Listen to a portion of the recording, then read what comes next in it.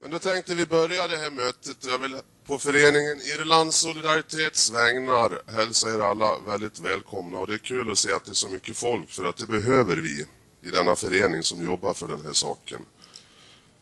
Och vi är alltså en väldigt liten förening som har funnits ett antal år och har som huvuduppgift då att försöka sprida information då runt om i landet om vad som egentligen pågår på Nordirland. Och inte bara det som står i tidningarna som är styrt via brittisk propagandamaskin.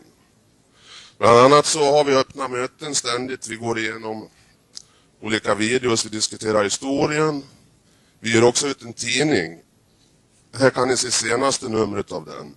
Det tar upp mycket av frågan om de senaste censurlagarna som har kommit i England.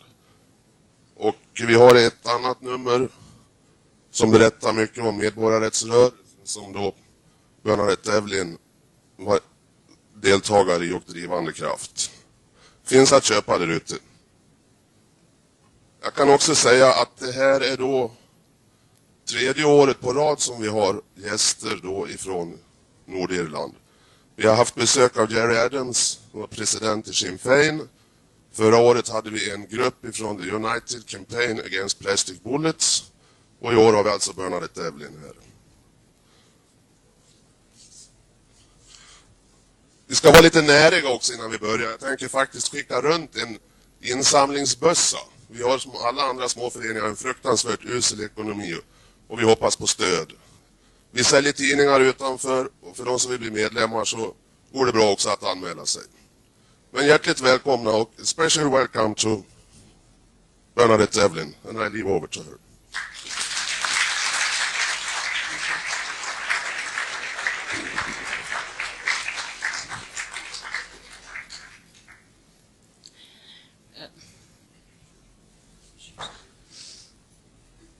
Thank you. I hope that, first of all, you will forgive me and understand if I speak in English, because I don't speak Swedish. I will try not to speak too quickly, and if I do use expressions that you don't understand, so that it makes it difficult for you to follow what I'm saying, I don't mind if while I'm speaking somebody puts their hand up and reminds me that that nobody knows what I'm talking about. It's certainly better to find that out while you're speaking rather than after 45 minutes. Rather easier.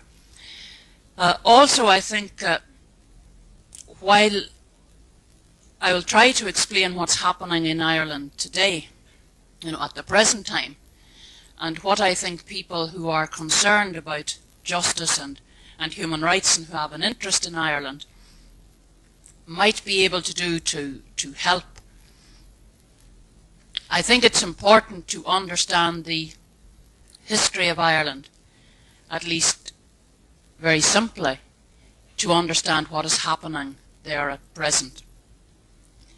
Because the present struggle, or the present phase of struggle, has now gone on continuously for 20 years. But the problems of Ireland did not start 20 years ago. In fact, Ireland is a country where there has been very little peace for a long time. The British government, who are a very strong power in Europe, they're held in respect by most of the people in Europe who consider Britain to be a democracy. And within British society itself, Britain is a democracy. People are used to speaking English, to visiting England, and English people are very decent, very civilized people. And so it's very hard for people in the rest of Europe to understand that the British government could be behaving in Ireland in a way that is unacceptable at a political or human or democratic level to other decent people in Western Europe. And for 20 years, the British government have been very successful in doing two things. First of all, portraying the Irish in a very racist context. And there is a difficulty amongst people in Western Europe to understand racism when it involves two groups of white people. They think racism is something that white people feel towards non-white people, or that has some historic background, like prejudice against Jewish people, prejudice against immigrants. But they find it very hard to understand that the British could be racist towards the Irish, and yet they have a long, long history of racism. And that is part of how they present the problem in Ireland to people in the rest of Europe. And so you'll be familiar with the story where the British, and indeed most of the media, the press, the television, who take their information from Britain, portray the Irish problem as an irrational, meaningless conflict which has no explanation except that two groups of people in the one community who have different religions, the Protestant religion and the Catholic religion, for some reason that cannot be explained to intelligent human beings, in the latter half of the 20th century, kill each other because of their religion. And naturally, when Ireland is portrayed like that, most people turn away. They turn away from Ireland because somehow they feel, because of course most Western Europeans will be Christians of some sort. They will be Catholics or Protestants in their own background, if not immediately have any interest in religion. And somehow they feel a guilt, or they want to be removed from any association with this terrible idea that people in a small civilized country would actually kill each other because they both come from different branches of the same organized religion. And so people don't look at Ireland. The other aspect the British put forward in this context is one that is used by many repressive governments, and it is the argument of terrorism. They create an impression that Ireland is full of terrorists. Everywhere you look, there will be a terrorist. And terrorists do all kinds of things. Not only do terrorists kill people, they kill children and old people and farmers and milkmen and women doing their shopping. They're also very clever people. Terrorists kill themselves, and terrorists beat themselves up in prison to give law and order a bad name. Terrorists go around dropping dead in the street and blaming it on the police to give law and order a bad name. And violence in the community takes on a whole new meaning. When somebody who does not like the government is found dead in the street, when somebody who does not like the government is tortured, that is called law and order. The government today imposed law and order. That is not violence. When the government uses its power and its military to frighten people, when the government uses plastic bullets, it's a funny kind of a word. People, if you have never seen a plastic bullet, just think for a minute, what do you think I am talking about? There are real bullets. They kill people. So you think a plastic bullet is like a toy. You know, there are real guns that kill people. And then there are plastic guns children play with them. They're small and harmless physically, though psychologically very damaging. So when I talk of plastic bullets, you think maybe it's some kind of toy. Plastic bullets are very, very difficult. I think maybe Mats has one. Maybe he can dig it out of his pocket. Bring it up here. Plastic bullets kill people. They kill people in South Africa. They kill people on the West Bank. They kill Palestinians. And they kill people in Northern Ireland. They don't kill people anywhere else in the world because they're not used anywhere else. They crush children's skulls. They hit you in the chest. They cause instant heart failure and death. They hit you in the face. The front of your face caves in. And they cause blindness. They hit you in the head. They cause brain damage.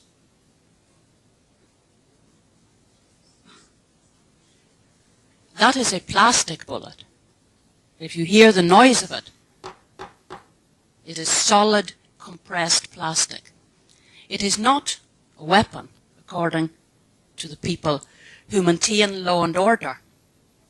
It's a method of crowd control. Therefore, none of the national or international rules governing warfare or weapons apply to these.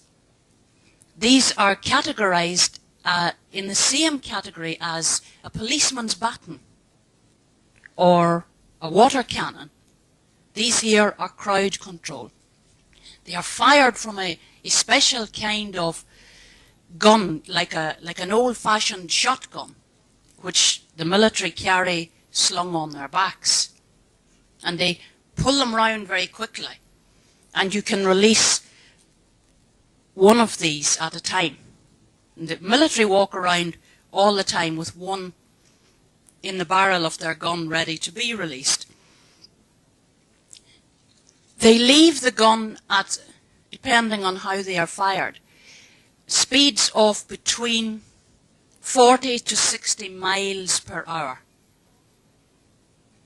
That is the average speed of a car on the motorway. That's the speed at which they travel. They have killed quite a number of our children. And they're called law and order. They have been very effective in Ireland in keeping people off the streets. Now, to me, it is terrorism, because people are terrorized off the streets by these. If you have a protest against the lack of human rights, if you have a protest against the beating up of people in prison, and you take people out onto the street to lawfully protest about these things, then they will be terrorized off the street by the military or the police using these weapons. But that isn't called terrorism. It's called law and it's called order. So I would like first to explain the historical background in which what the British government calls terrorism and unexplainable religious prejudice takes place, so that you will discover that the only terrorism really in my country is that of the British government, and that nobody in Ireland is fighting with anybody about religion. Nobody.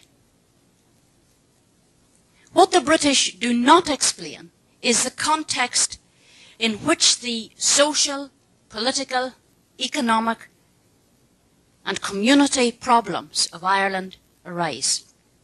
They do not tell you, for example, that in the whole history of the British Empire, and we were the very first conquered territory in Britain's building of her empire, the Irish people were the only people to peacefully, democratically, and by use of the democratic vote themselves out of the British Empire. And the whole of Ireland voted itself out of the British Empire in 1918. And the problems in the north of Ireland today, they go back long before that in many ways, but most immediately They go back to the beginning of this century. Ireland has been governed by Britain for something like 800 years.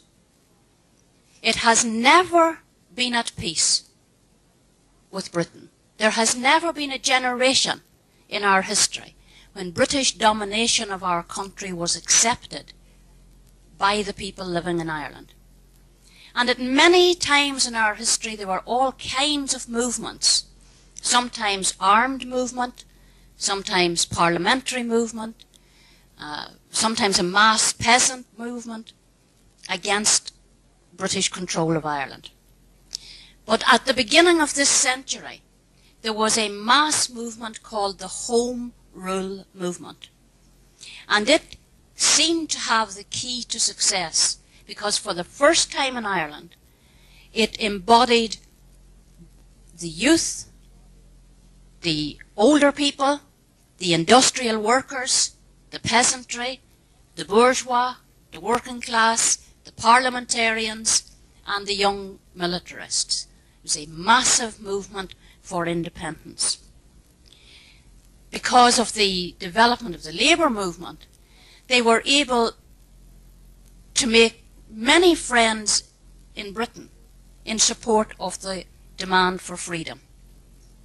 And so by the first decade of this century, by 1912, the Home Rule movement in Ireland had succeeded in forcing the British government to adopt a policy whereby Ireland would be allowed independence within the British Dominion, what was ultimately the British Commonwealth.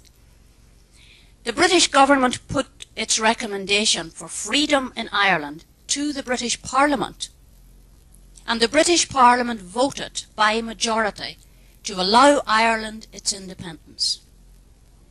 The First World War, the Great War of Europe, intervened. And the Irish were promised that if the national leadership would encourage the people of Ireland to fight in the Great War, the British government would carry into effect the government policy ratified by the Parliament and give Ireland her independence at the end of the war.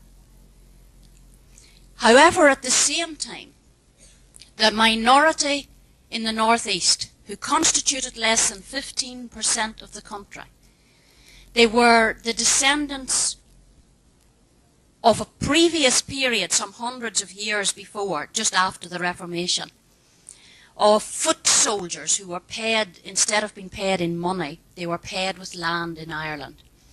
These were our Protestant loyalists of the northeast. Their ancestry was English and Scottish, but they'd been in our country for a very long time. And in fact, at many times, they had been part of the national movement for freedom. But the ruling class, the people who owned the industry of the northeast, the great landlords of the northeast, and their friends in the British military, in the British Army, and other industrialists in Canada, and various other parts of the British Empire, they objected to Ireland being allowed to leave the empire. And so they conspired illegally, and they gathered a great deal of money, and they illegally imported arms into Ireland, and they formed this 15% they formed an army. With the Great War coming, Britain dealt with this army, this illegal conspiracy of terrorists at the beginning of the century. Britain invited them to join the British Army and go and fight for the empire in Europe, in return for which there would never be. The British government promised these people that if they would fight in the war, there would never be freedom for Ireland. The British would ensure that this small group of colonists would control Ireland on behalf of the empire ever after. So naturally enough, by the end of the war in 1918, the seeds of conflict were sown. And you see already that Ireland is not very much different from many other parts of the world who are the victims of the history of imperialism. Because at the end of the war, we had two groups in the country who had been promised two directly opposite, and they couldn't both be given what they wanted. So at the end of the war, the Irish voted on the issue. In 1918, the Irish people voted, and 86% of the people voted for Sinn Féin. Now, there is not a country in the whole of Western Europe, there is not a government in any country in Western Europe that governs with a mandate of 86% of all the votes cast in their country. But that was the mandate given to Sinn Féin in 1918. The British declared the democratic vote of the Irish people to be an act of treason. Our first act of terrorism towards the British was voting. We voted for freedom, and so the British declared war on Ireland in response to this terrorist activity that we had done.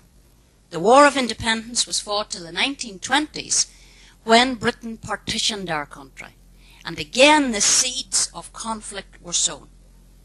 In order to end the war, the Irish leadership, political and military, agreed that the new independent Ireland would not include the loyalists of the North East. That they would be allowed, that was what they wanted, they would be allowed to stay out of the new nation and to have their own state in the 3 northeastern counties. They would be allowed their little outpost of the empire. And that was the treaty which ended the war.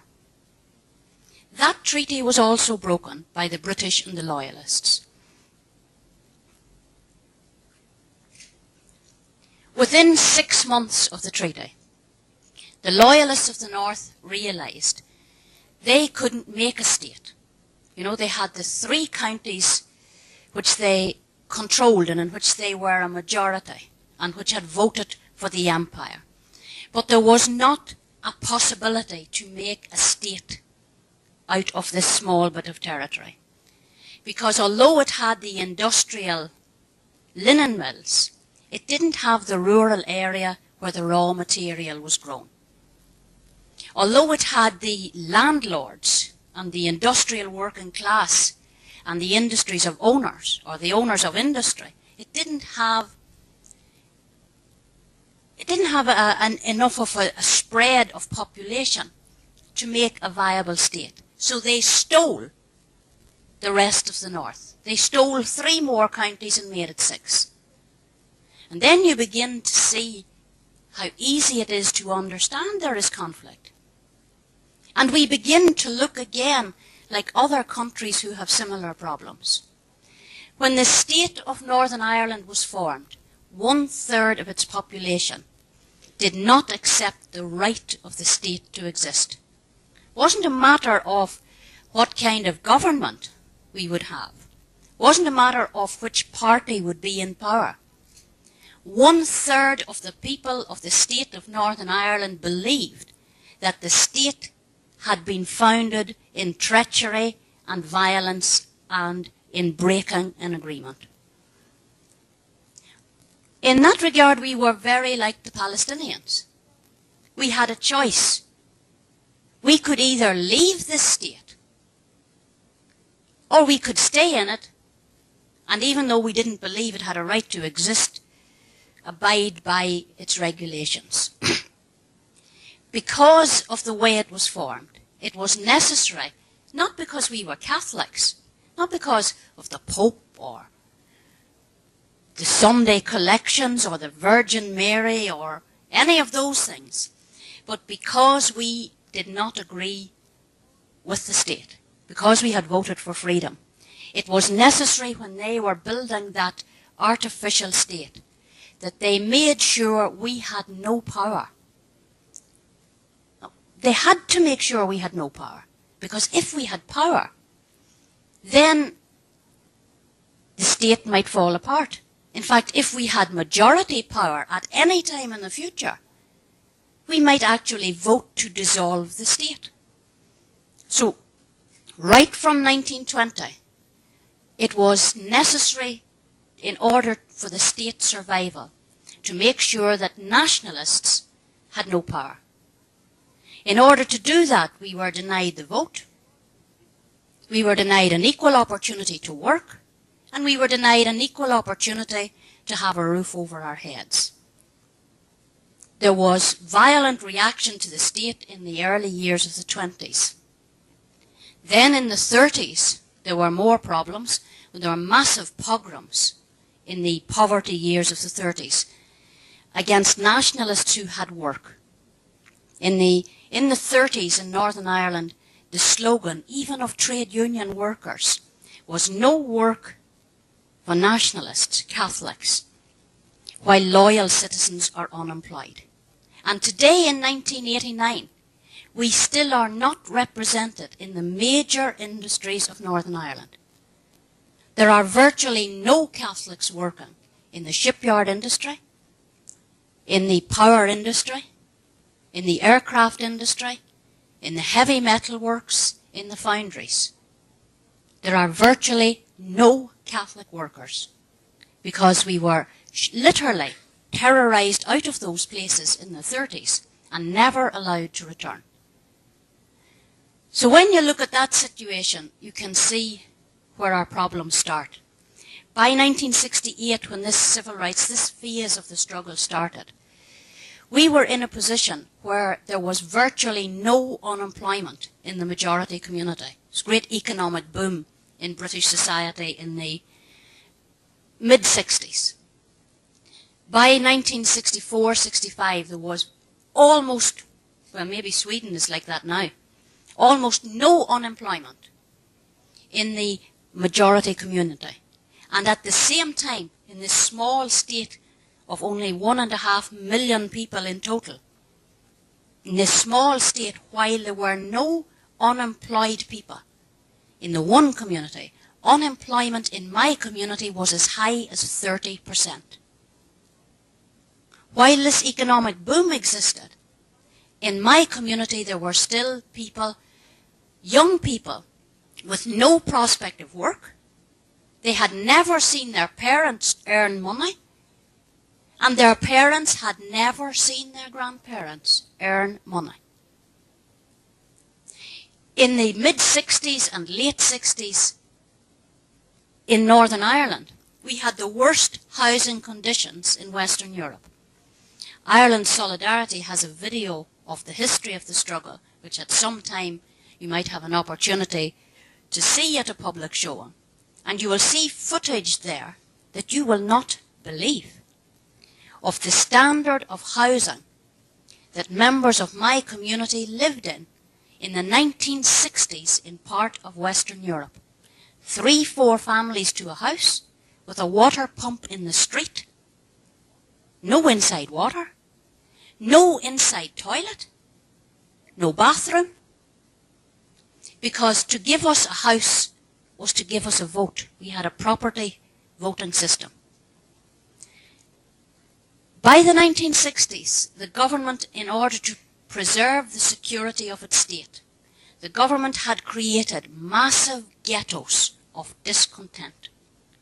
Massive ghettos of nationalist people in bad housing conditions with no work and no power. It was only a matter of time before it exploded. And in fact, with the inspiration of the civil rights movement in America, it did explode in 1968. People demanded equality of citizenship. For that demand, within 1 year, the British Army were on our streets. The British government said that they sent the army onto the street to restore law and order, and that the exercise would take them a few weeks. When the British Prime Minister, at that time Harold Wilson, was questioned in the British House of Commons about the introduction of the army, he said it would be weeks. And when pressed further, he guaranteed that it would be weeks rather than months. This year marks the 20th year that those soldiers have controlled our streets. And there's something very frustrating for us as we watch our televisions and we watch under the pressure of European opinion. We watch the Russians leave Afghanistan, and they weren't even there for 20 years. But they gather up their army and they leave. Not one person, not one organization, not one political party, not one human rights organization, not one government that was involved in getting the Russians to withdraw from Afghanistan have even asked the British to consider leaving Ireland. Now, I call that European hypocrisy. Because in my country, there are no human rights. For 20 years, because we asked for the few rights we have, or we wanted, they have taken away everything else. The British government, much loved by its friends, operates official censorship of the media. It has taken away our right, which other British citizens enjoy, our right to innocence until we're proven guilty. It has taken away our right in the court to be tried by a jury of our peers. It has taken away our right to know our accusers and to cross-examine them. It's taken away our right to liberty while awaiting trial. And it has taken away our right to silence in our own defence. It has created political courts which have put thousands and thousands of people in prison, and yet it has no political prisoners. It has created police powers which entitle the police or the military to arrest any person in their home, in the street, in a car, at a meeting such as this, without any stated reason, to arrest them because they have the power to arrest them, to take them to interrogation centres and to keep them there for 7 days, to refuse anybody access to them, to refuse a lawyer access to them, and at the end of that 7 days to charge them or release them. And if they release them, to rearrest them at any time they wish, an hour later, a day later, a week later, and hold them for another 7 days, and never ever charge them with anything.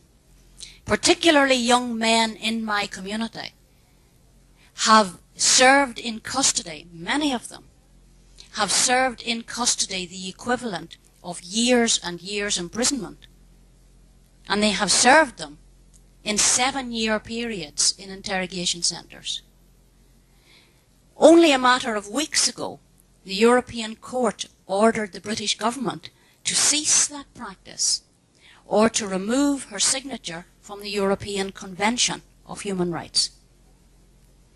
Britain informed the court she would take her signature off the convention. And Europe didn't even notice when about a month ago, not the South African government, not the government of El Salvador, not the government of the Soviet Union, but the government of Britain derogated from its international human rights obligations,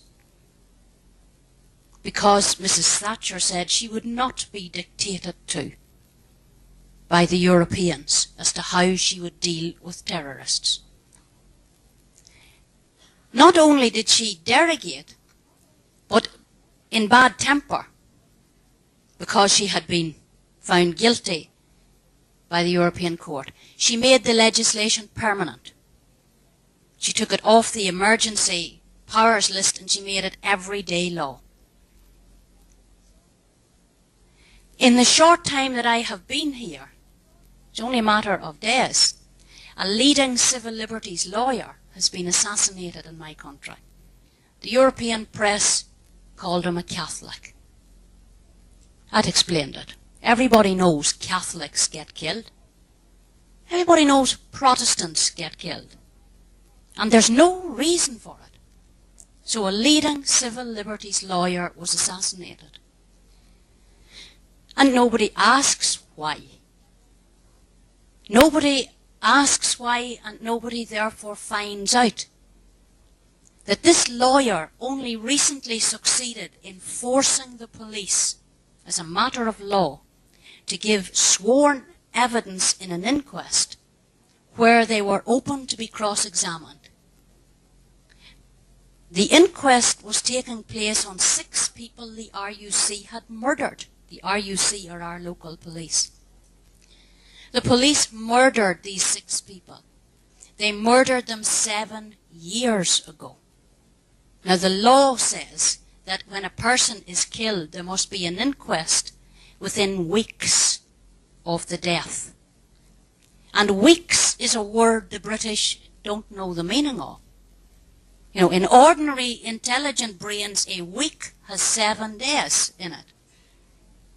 Their army came for weeks and is there 20 years. The weeks in the question of the inquest, 7 years later, there still has been no inquest on these murders.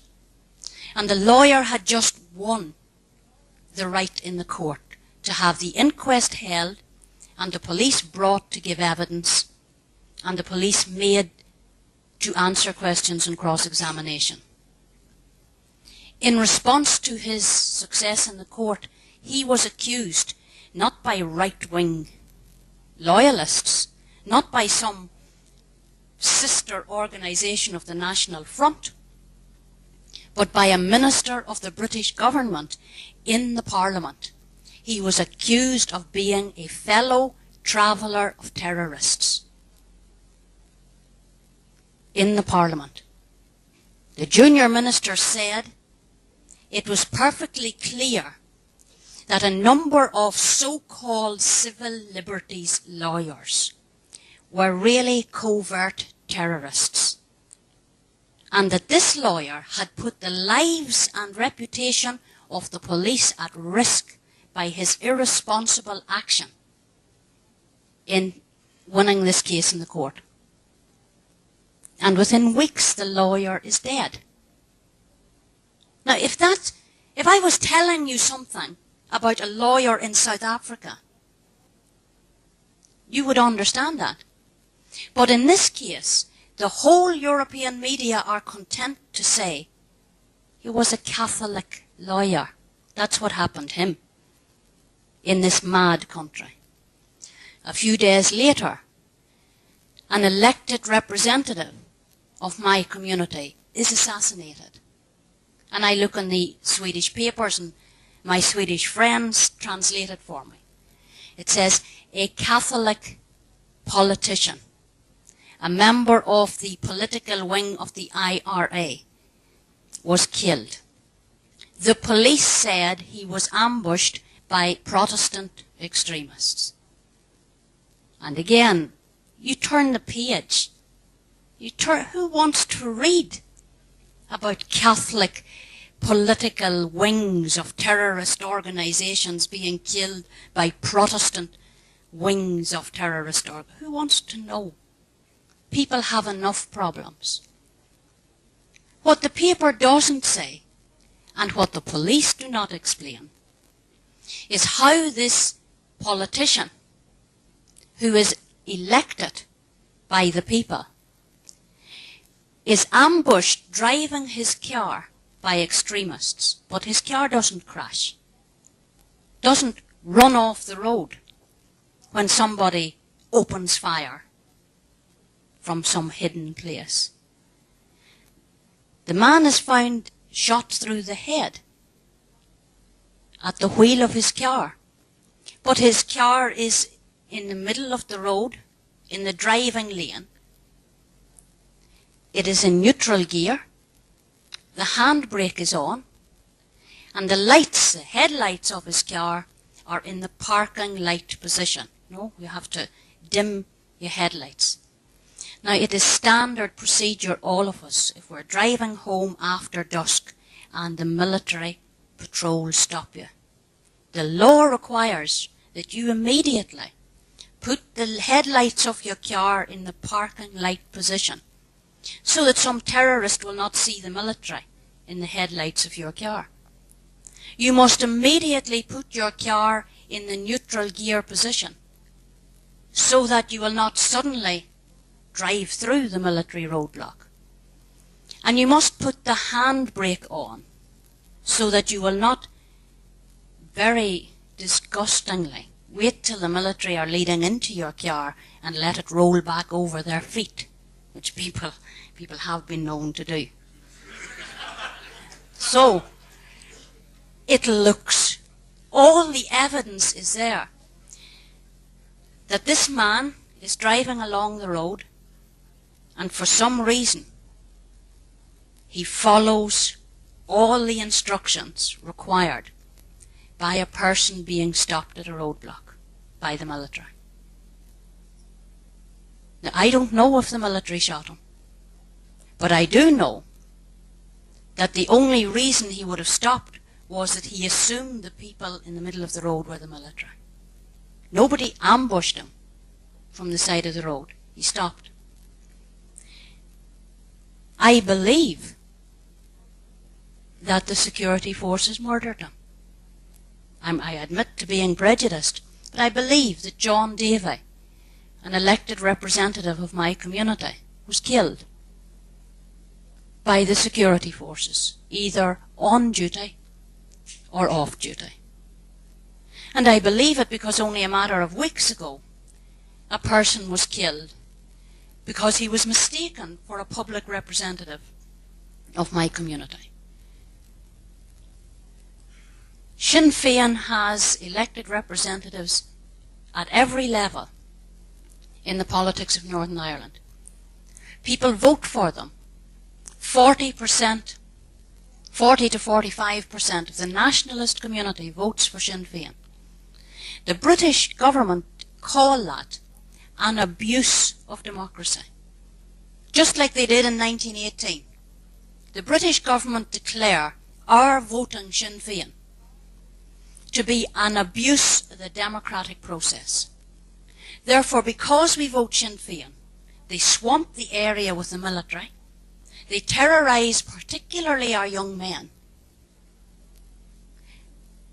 in big ways and small ways. Can you imagine young people here, male and female, going out, whatever young people do in this city in the evening, and they get ready, and they get their hair all, whatever, painted purple or green or whatever they do, and out they go into the street, going maybe to a party, and the military stop them. In Ireland it's always raining, it's always wet, and it's always kind of yuck. Now you're going out, you're stopped by the military, you have to take off your socks and your shoes. You have to, if you're a young man, you very often have to strip to the waist.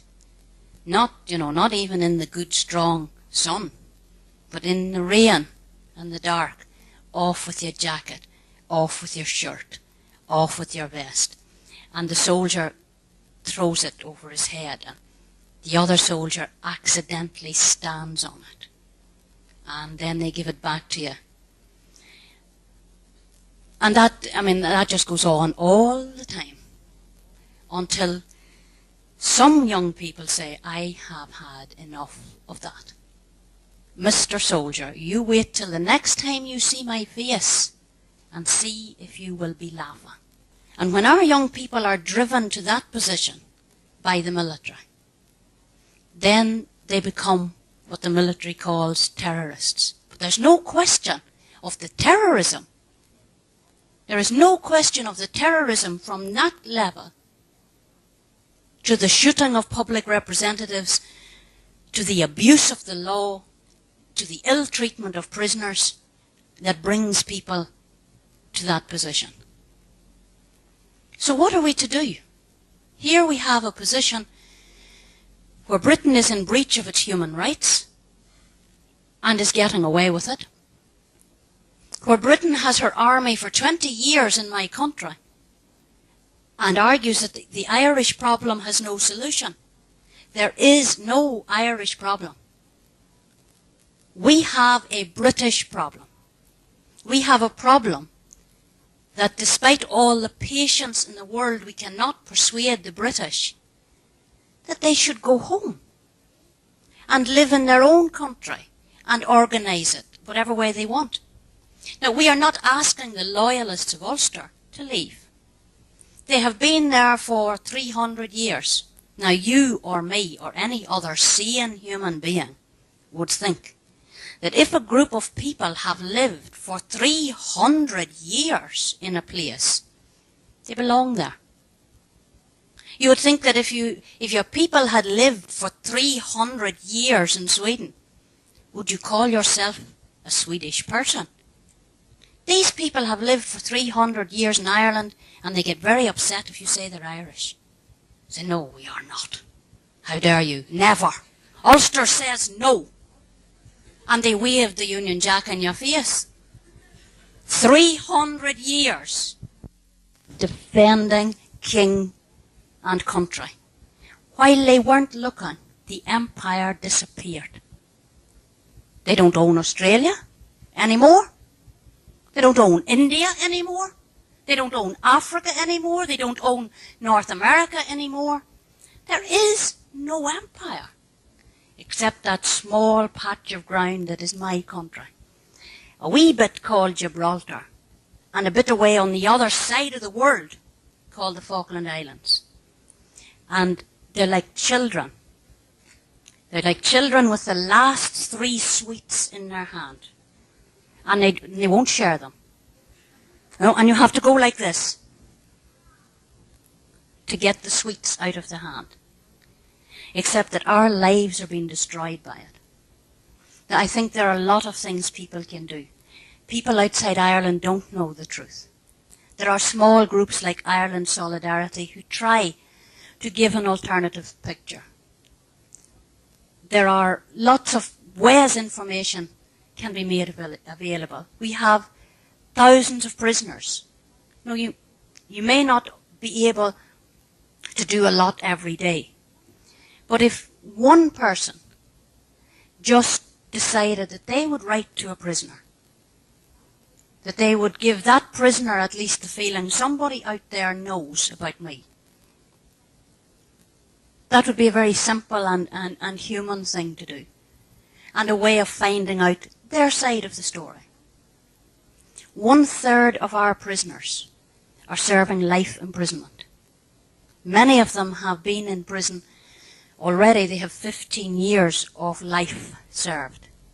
But there is no end to a life sentence. When you're sentenced to life imprisonment, you could do 15 years or 20 years or 25 or 30 or 35 or 40. There's no way of knowing how long the sentence is going to be. But it is perfectly clear from the way things have developed that life for our prisoners is until this struggle is over. Either natural life or until the struggle is over. We have about 400 prisoners who went to prison when they were 18 and are still there and have served at least 10 years. We have a large group of prisoners in their 30s who have been in prison since they were 18. And they have no idea when they're going to get out. You could, individually, you could get the name, address of a prisoner from Irland Solidaritet and write back and forward, even in a human sense, to widen the opportunity for people who have lived all their lives in a cell, all their lives, adult lives in a prison. You could maybe not always be involved in Irland Solidaritet, but you could make a regular subscription to their magazine, which would help them to get it out. If you're members of political parties, you could ask why in a country like Sweden that has such a high reputation for defending the human rights of other people. Why no word about Ireland? Why are people who understand the principle of human rights as well as Sweden does, with a strong, however broad or strong social democratic tradition, why has Ireland never been a point of interest to the human rights or political groups here in the way other issues might come forward? All those things you can do, because the reality of our problem is there will never be a solution until the British go home. It is a difficult situation, but it's a bit, I mean, if you look at the Afghan experience and the British and the Soviet troops pulling out, nobody can guarantee what will happen there. But everybody seemed to at least realise that nothing constructive could happen until the Soviet army left again. The position in Ireland is, until the British army goes, until the British government is prepared to concede the right of the Irish people to determine their own future, nothing constructive is ever going to happen. We are going to, after 20 years, we are going to forever go around in increasingly violent circumstances until we persuade the British to go. There are only two ways the British can be persuaded to go. They can be rationally pressurised by the weight of opinion of their European neighbours. That doesn't cause too much energy on the part of a lot of people, and it can be done peacefully. Or isolated from Europe, we have got to exert our own pressure on Britain. And more, that pressure is paid for in the blood of Irish people, and particularly in the blood of young Irish people. We can't go on doing it. We cannot have 20 more years like the 20 we have come through. And yet we can't go back, and we can't stop. Peace and justice in Ireland really depends on whether people in countries like Sweden, who take freedom for granted, are going to allow us to enjoy the European concept of freedom while there are still enough of us alive. Thank you.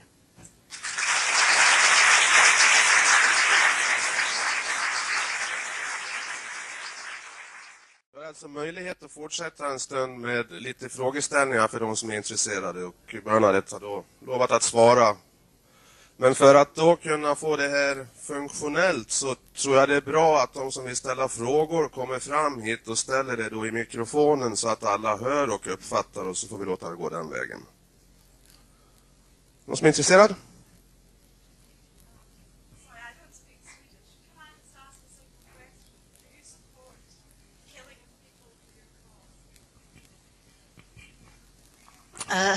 I'll repeat the question so that people, because there's no microphone.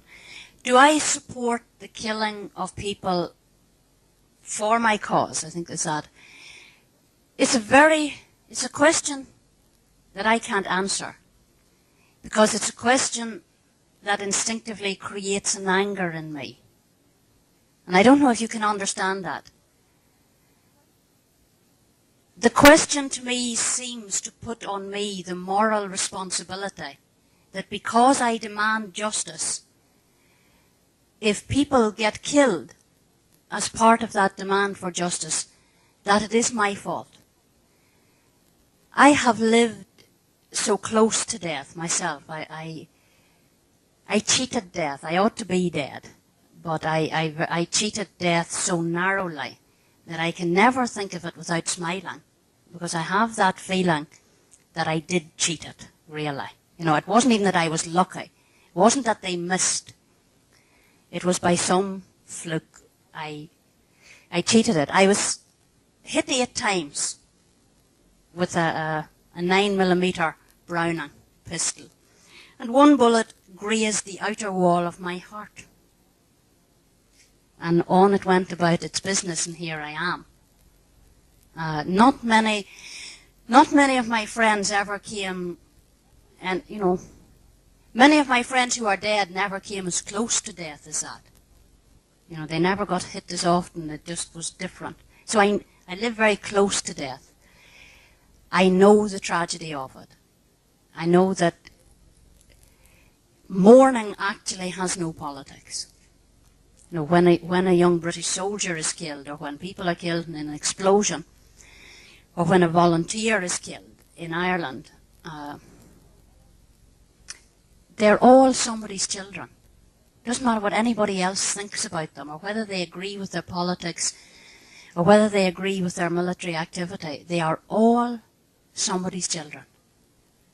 There is nobody who dies in Ireland that is not deeply mourned and lost and wept for, regardless of what cause they supported or what cause they believed in or whose side they were on.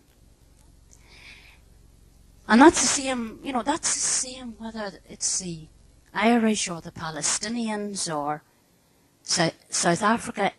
That's the same everywhere. We live with that. And yet the great weight of liberal humanitarianism that doesn't live with it. You know, the great weight of opinion in Sweden or France or America. The humanitarian people who care would like their hands to be clean. They would like to care for justice without the messiness of the consequences of injustice. So they ask me, or they ask the Palestinians, or they ask the black people of Africa, tell me if I support your cause, that I won't get some moral guilt about death or bloodshed. And I can't do that. I don't support killing. It was James Connolly in Ireland who said, war is sometimes necessary. It is sometimes inevitable. It is never, ever glorious. And we know that. I don't support killing, but nor will I condemn my own people who take up arms against armed oppression. I won't do it. Nor is the demand for freedom of my people, or the demand of a government that it abide by the rules of democracy or human rights in any way lessened by the fact that those who are denied their human rights respond violently to that denial. It doesn't make any difference, not all of it. I don't. Isn't it an odd question? Who in their right mind supports killing? What sane human being in the world supports killing? But if we want to stop the killing, we have got to redefine killing. There are more ways of killing a person than firing a bullet in their heart. And in fact, there are a great deal less cruel ways of killing people than that. You can kill them by taking away their rights. You kill them by forcing them to live in poverty. You kill them by forcing them to live in the belief that they are not actually human beings. They're some lesser breed of person. No, I don't support killing. I wish it wasn't going on, and in order to stop it, I have to be involved in the struggle I'm involved in, even if, as a result, people get killed. I don't know if you can understand that, but that's it. I'll take down here and then I'll come over here. Gentleman at the back.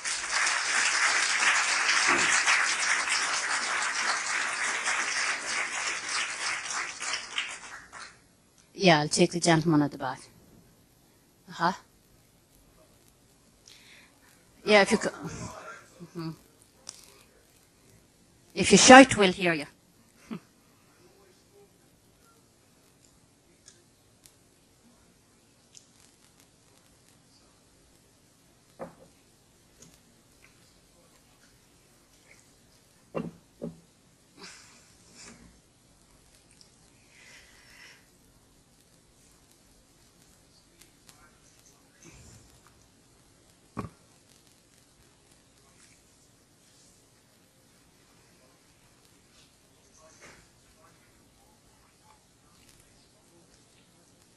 Yes, I was explaining that before you came in.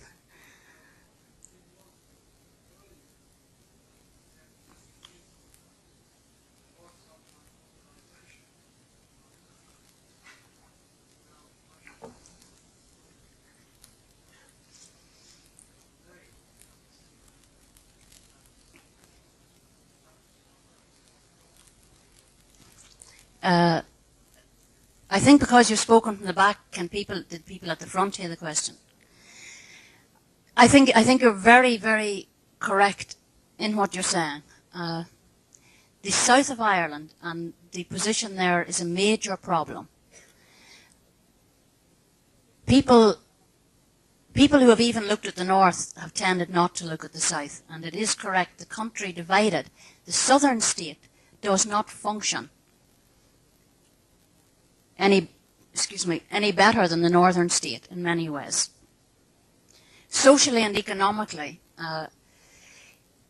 socially it's a very conservative state where, partly as a result of being cut off from the diversity of its population by cutting off the north, it was possible for a very conservative government in the early days of the state and an even more conservative Catholic Church to create a stiflingly socially repressive community in all kinds of ways. Economically, it is not only conservative, economically it doesn't work, and its crisis is reaching breaking proportions. 1 in 3 of the young people of Ireland are being forced to leave and emigrate because they cannot find work in Ireland. At present, we have 100,000 illegal immigrants. And that's not counting people who have gone according to the visa system and the law, but who have illegally sneaked into the USA. We have 1,000 illegal Irish immigrants in the city of New York alone. That's the economic crisis. The mobilisation in the south, which did exist, was quite heavily repressed by the southern government. They, for example, introduced their Offences Against the State Act and their special courts in the early 70s. They have operated very strict censorship of information since 1974, much longer than the British.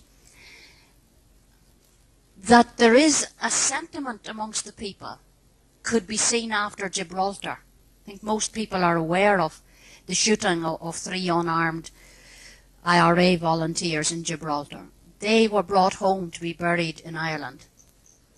And you could see there, when the bodies were brought from the airport, they had to be flown to Southern Ireland. And when they were making their way north, the entire population of the towns they passed through in Southern Ireland came out onto the streets in support and came out to walk with the funeral cortege. And the Irish government was very, very frightened by that.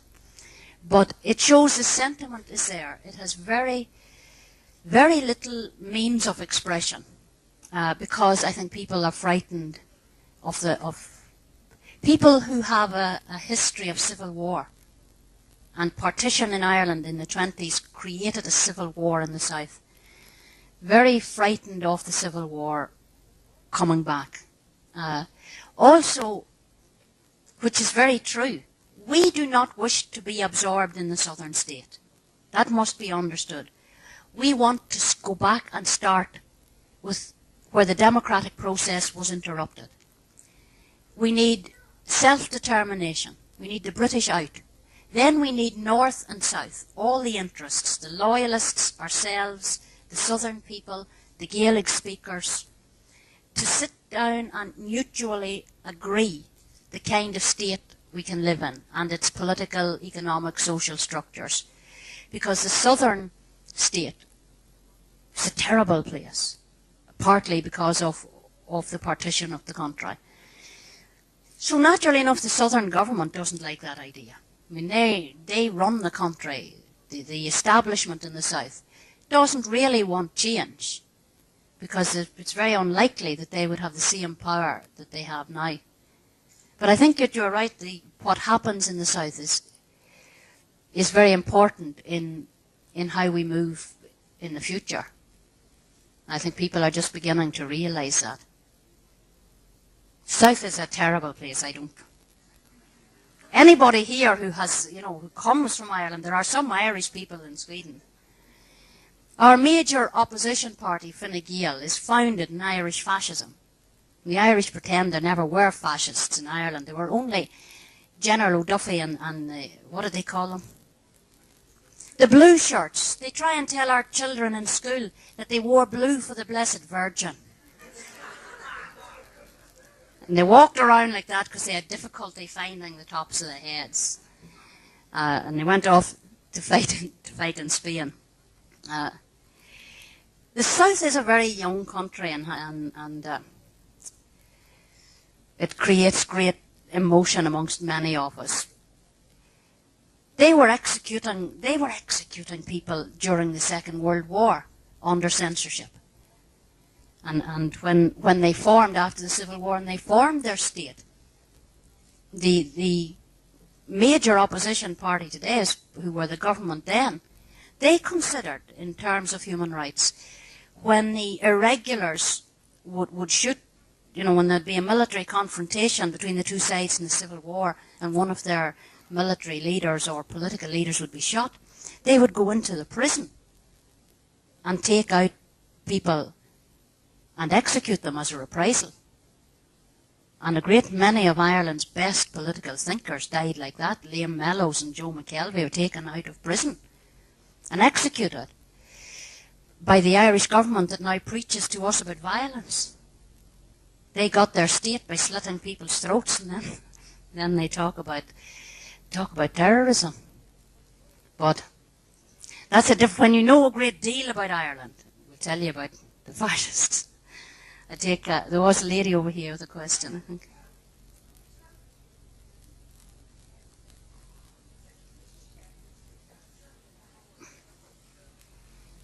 No, the people from Southern Ireland are all right. Except that they emigrate. It's their... The only thing I have against the people of Southern Ireland is their endless patience for putting up with that government.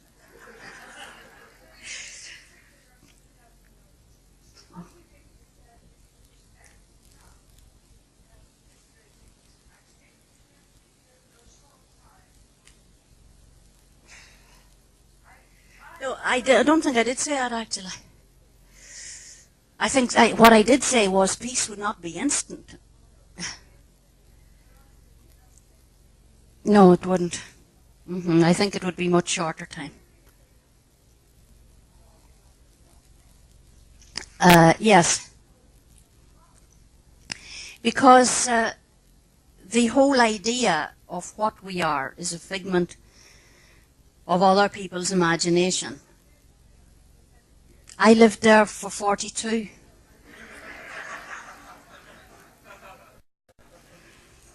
Not only have I lived there for 42 years, I'm one of them. The irrational northerners. You have to live there to see it. I have my political opinions.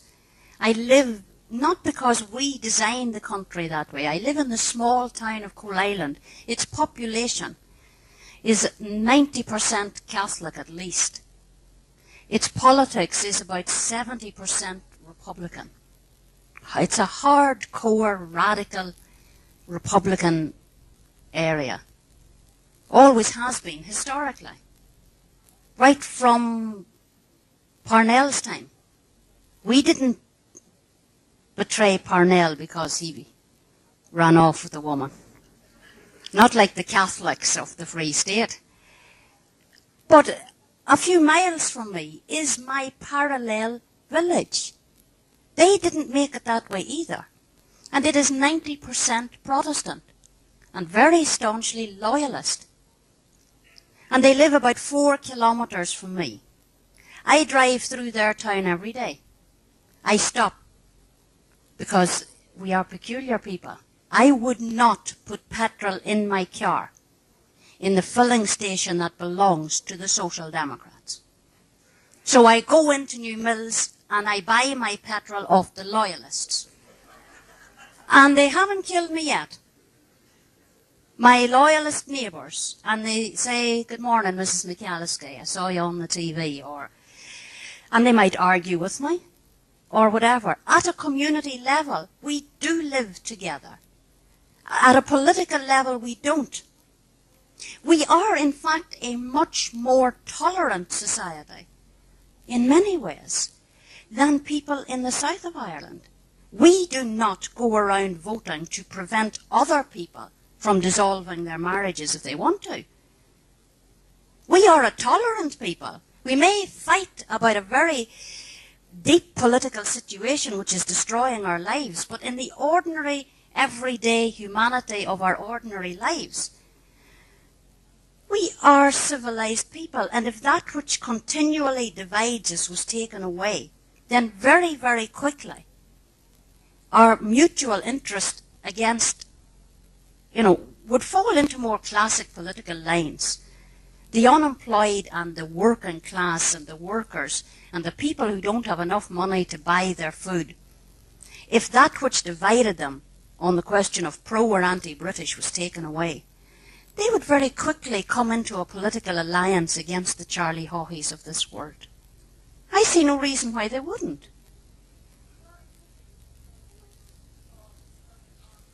The man's a gangster. He's a crook. He's related to the mafia. And the people in your part of Ireland vote for him. Oh, no, I was talking about all of them. You see,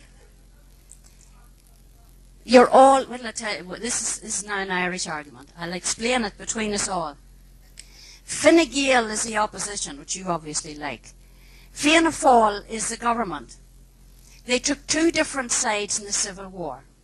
They represent exactly the same social and economic class. There's no difference. They represent exactly the same political thinking, the same social forces, the same economic forces. Their division is historic in the Civil War and over their attitudes to the North. If there is any difference at all in them, there's a higher percentage of yuppies in Fine Gael. But the only difference is that their pink shirts, or their pink collars, still, when you pull the jumper down, has a blue shirt. There is no difference in them. And as the crisis in the southern state deepens, you can see it in the Parliament. There they are scratching each other's backs. Charlie saying we'll rob the workers of more taxes, and Fine Gael says that's all right. We know you're a crook. We know you're a gangster. We know that you're filling your pockets with as much of the country's money as you can get your hands on. But take the power of the trade unions. We'll vote for that. Cutbacks in welfare payments. We'll vote for that. Lower the taxes, that's all right. And they agree totally on it. They agree through the Anglo-Irish agreement on our future, although we weren't involved in it.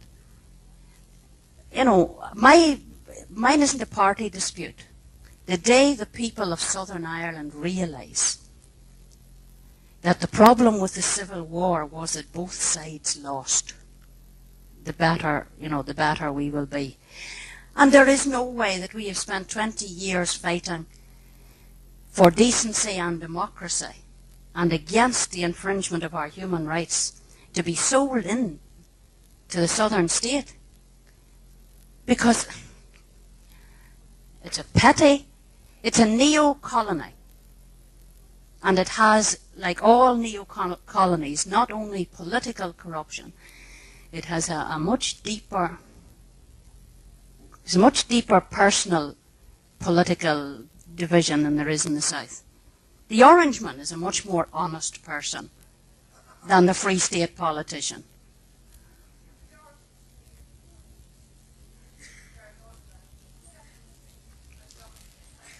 Well, no, I don't. You see, I'm going to deal with this, and then I'm going to go on to other people.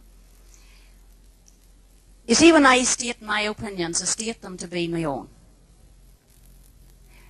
I am very wary of people who go around stating what the majority of other people think, because the majority can only express themselves either by limited use of election or an opinion poll or whatever. Now, there is no evidence other than the individual stated opinion of political leaders that the majority of people in the southern state do not want the reunification of Ireland.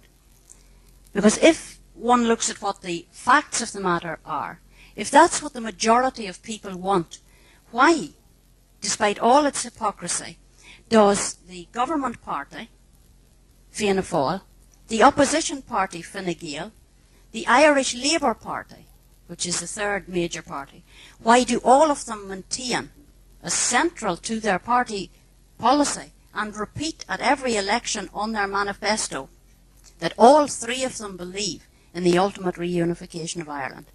Now, if they thought that that was something that the people of the southern state did not want, it is not something they would put, every one of them, on their manifestos in every single election. So it is not true to say that the majority of people in the southern state do not want the reunification of Ireland. There is no evidence to suggest that they don't want it.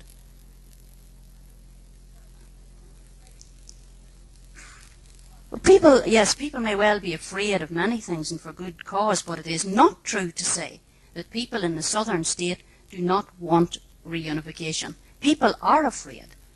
People are afraid within the limits the question is posed.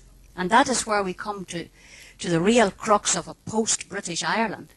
People worry in a southern state where there is not enough money to go around. How would they support the north? Change the structure of the economy. It's very simple. We would all in this room be poor if the person on either side of us was stealing the money out of our pockets as we sit here. Ireland is poor because of the system of economic organisation that operates in it. If we change that to a socialist structure of the economy, you'd be surprised how many of us wouldn't have to live somewhere other than Ireland. I take a question, this person. As they say in Coal Island, so there's no harm in that.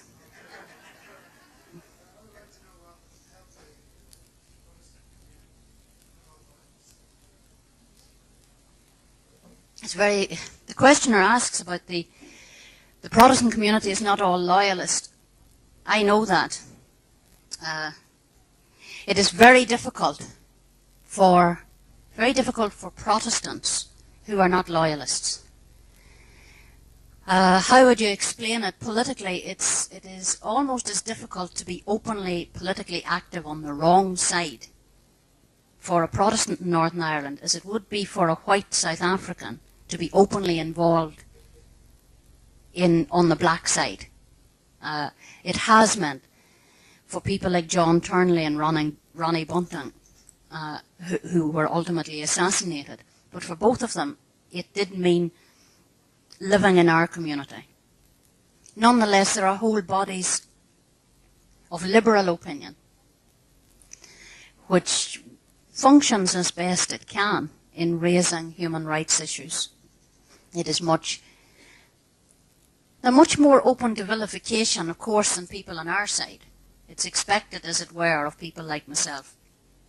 But if you take even, I think of John Robb. John Robb is a surgeon, a doctor, who would be basically, in political terms, a liberal. In ordinary politics, he'd be a liberal. Very, very good man. Very, very honest person in putting rational arguments. And yet he's almost totally ostracized on the majority community side because of those positions. It's very difficult. It's something that is done individually. And the reason for that is not that Protestant people are by nature reactionary. They're not. You have to understand the complexity and understand imperialism. If you go down to the Belfast shipyard, the workers there they resist very forcibly Catholic workers on the shop floor. They don't want them. And yet, if you take that away for a minute and forget about that element of it, these are good people. These are honest, decent people in their ordinary everyday lives. They are good labour people. They are good trade union people within the concept that they understand. They will defend their workers and their wages and their living conditions, and they understand very clearly the relationship between their class, the working class, and, between labour and capital. They understand it better than we do. There's a greater labour orientation in their community than ours. But that imperialism, which is like racism, that cuts across and limits their thinking, means that somehow or another they don't include us in that thinking. And it seems, 20 years we've been trying. It seems that you cannot break that for any significant number of them until you can very seriously weaken imperialism itself and weaken the hold on them. And that's why, in answer to this woman's question, I do not believe it will take a long time. Because I do not believe that the Protestant or loyalist people are inherently reactionary. They are much less, as a social group, and much less conservative and reactionary than the Southern Catholic. They really are. And so once you've broken that mentality that says we are not included in the group because we're nationalist or Catholic or whatever, once we are included in the group, their thinking is such that their ability to understand that we're all the same class will very, very rapidly overtake as a group, the differences that are posed by the national question, by the British question. And that's why I think they'll very rapidly move to a whole realignment in Irish politics. Because there are many, if you take John Hume of the Social Democrats, who's on our side, the nationalist Social Democrats, with whom we in the more radical movement have major differences. If you take Mr. Molyneux of the Official Unionists, who's over on that side, they have the same outlook, same social and economic outlook. They have the same political viewpoint on general social, political and economic matters. They belong in the same political party, Mr. Molyneux and Mr. Hume. What makes it totally, absolutely, physically and politically impossible for them even to sit at the same table is the national question. Once you take the national question away, what will divide? Well, I think in fairness we'll not talk about Charlie Haughey, but what would divide the more decent elements of Fianna Fáil from Fine Gael? And what would divide them from John Hume and the Official Unionists? Nothing. Not at all. What would he rant and rave about? He'd be like Ian Smith. I remember it. Do you remember Ian Smith? There will never ever be black majority ruling in Rhodesia. The day they declared Zimbabwe, the press of the world descended on Mr. Smith and they said, well, Mr. Smith, his words are printed across my head. The referee has lifted the ball, he said. And he went on about his business of making money in the new Zimbabwe. That's why I think that there'll be peace, because the forces are there for it. And many of the present Ulster loyalists who are paralysed, because the funny thing that you see in my community, in the nationalist community in the north, there has been an explosion. 20 years ago there was the Nationalist Party and the Catholic Church. That's who ran my life. On their side there was the Unionist Party and the Orange Order. That's who ran theirs. 20 years of upheaval. The Unionist Party is split in two. The Orange Order remains intact, and that's still governing the lives of most Protestants. In the Catholic community, We have every brand of socialism, from the first, second, third, and all the various forms of the Fourth International. All of them. We have the Social Democrats, we have Sinn Féin, we have Republican Sinn Féin, we have the lunatic left, we have the power of the church. Bishops are 2 a penny. A bishop couldn't pull a crowd to save his life. There has been this explosion of development and politics and radicalization. Women. There are men in the Catholic community making their own dinner. You know. The only reason that hasn't happened in the Protestant community is that it is kept down by this need to defend imperialism. I honestly believe that take it away and the Protestant community of the North will just, as we did over 20 years in a much shorter period of time, it will just open out into all the differences that are in it. And the great bulk of the differences, the great bulk of the trend that is repressed in their community is a much stronger organised labour, trade union, class organisation than is in mine, which has a history of unemployment and authoritarianism and all the rest of it. So I'm optimistic. I'm sure some people are optimistic that this meeting will end soon. Thank you very much.